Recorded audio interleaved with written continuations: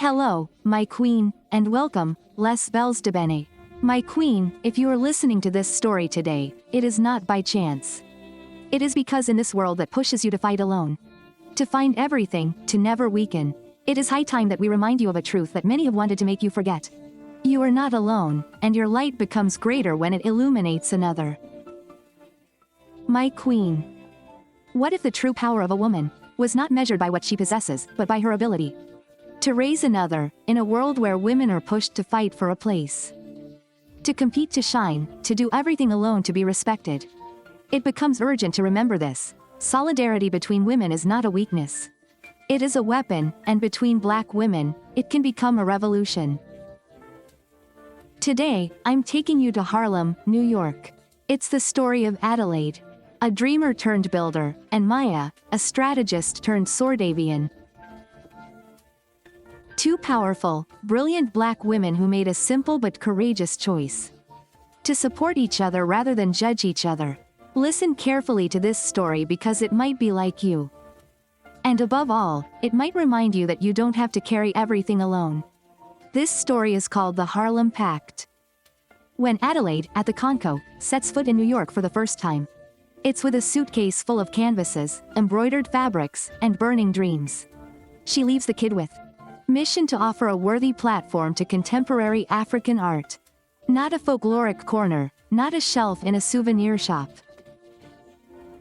but a gallery, a noble place. A space that is quitter is strong. Africa is here, beautiful, modern, powerful. For 3 years, Adélaïde struggles. She accumulates small jobs. She sometimes sleeps on the floor of her studio. She sells one by one the pieces of her wardrobe. And then one day in a street of Harlem, she opens a studio that she calls Studio Indani. A small bright space bordered by white walls, flooded with culture.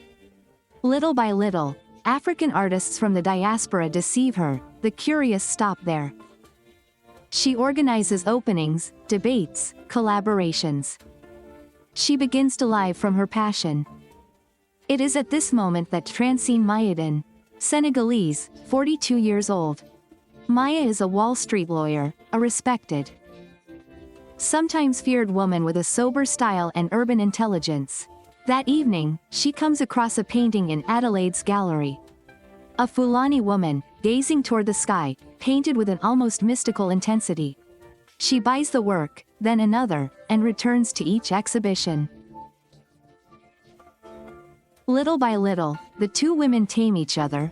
A complicity is born, subtle, cancer. She talks about the kid, about Dakar, about Exene, about silent racism, about the loneliness of Black women in a world that does not resemble them. She talks about dreams and especially about the fear of seeing them collapse. And precisely, one winter morning, everything collapses. A burglary, the gallery devastated. Works destroyed, documents stolen, a hefty bill, insurance drags on. The artists panic, the bills pile up. Adélaïde thinks of closing.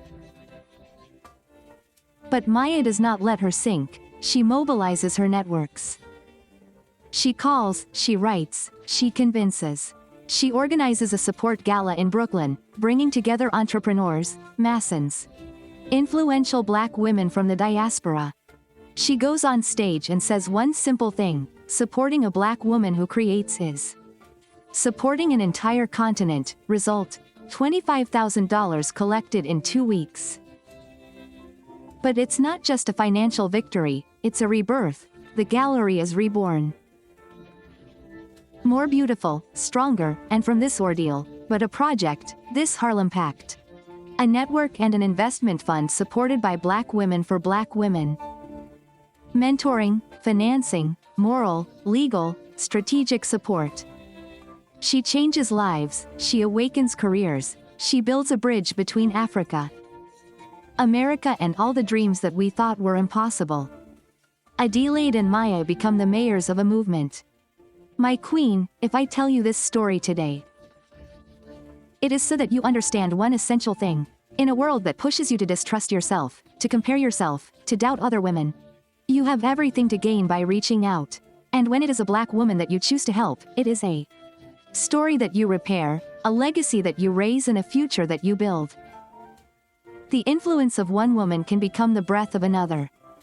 Power amplifies when it is shared.